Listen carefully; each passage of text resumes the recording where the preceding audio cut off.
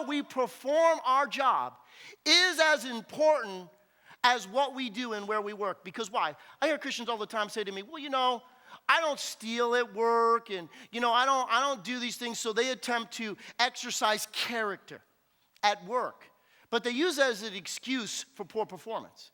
I mean, they take longer, they read their Bible at work, they take time to talk to other people about Christ when they're being paid to do something else instead of doing it on break times or going out to lunch and do it. They figure we got all these excuses because really, I'm doing spiritual business, and that's just mundane.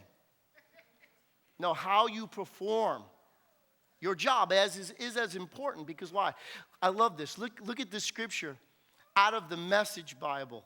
The same one we've been looking at in Colossians. Look at this. Out of the Message Bible, it says, servants, do what you're told by your earthly masters.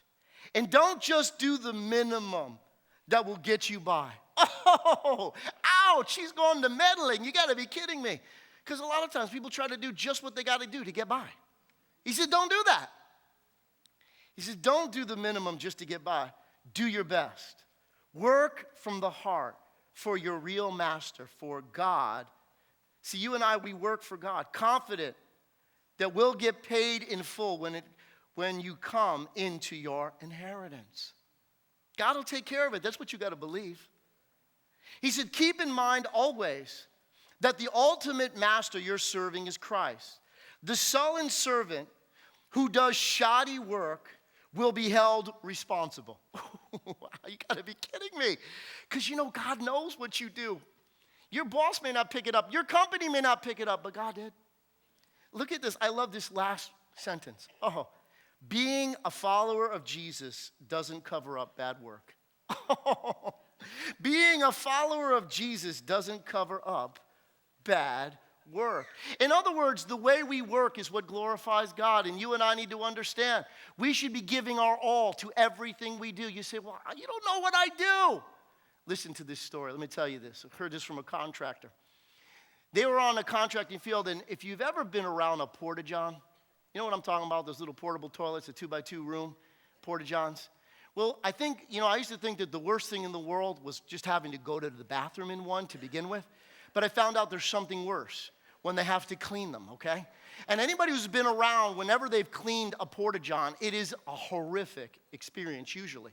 And so this contractor sees that on the job site they were putting in a driveway that day. So he and his whole crew were there. And down the road comes this loud blaring music in this truck, and it's the porta-john guy. And there's like this collective sigh of grief going, because this thing is about to smell horrific, and we got to work in this.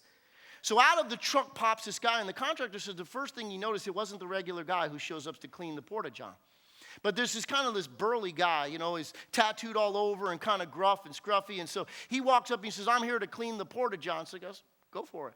So he got in there, he had hoses and buckets and all this stuff. And so he's working in there, and everybody's waiting. They're kind of like holding their breath going, it's about to happen.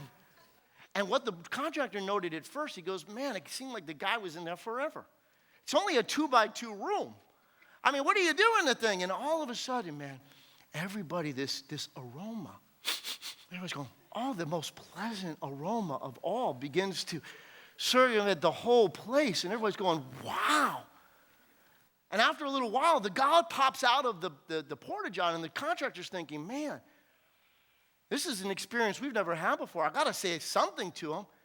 And so he looks at the guy and says, man, you got the thing smelling so good, it's almost a temptation for me to go in there and use it.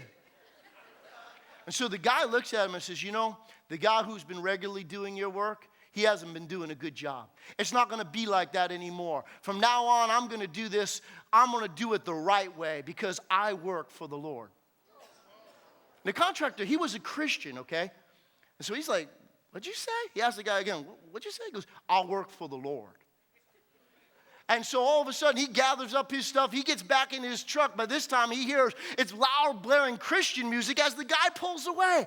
And the contractor was left with this thought. If this guy could do a job like this as working for God with all his heart. He was so convicted, he had to sit down for a moment and say, God, please forgive me for all the times I've ever complained about what I do and, people I work with and other things. If this guy, because I trust you, the guy that was cleaning the porta-johns, he probably never graduated school thinking, when I graduate, I want to aspire to be but the truth is, what he found himself doing, he was doing with all his heart. He was doing it as unto God.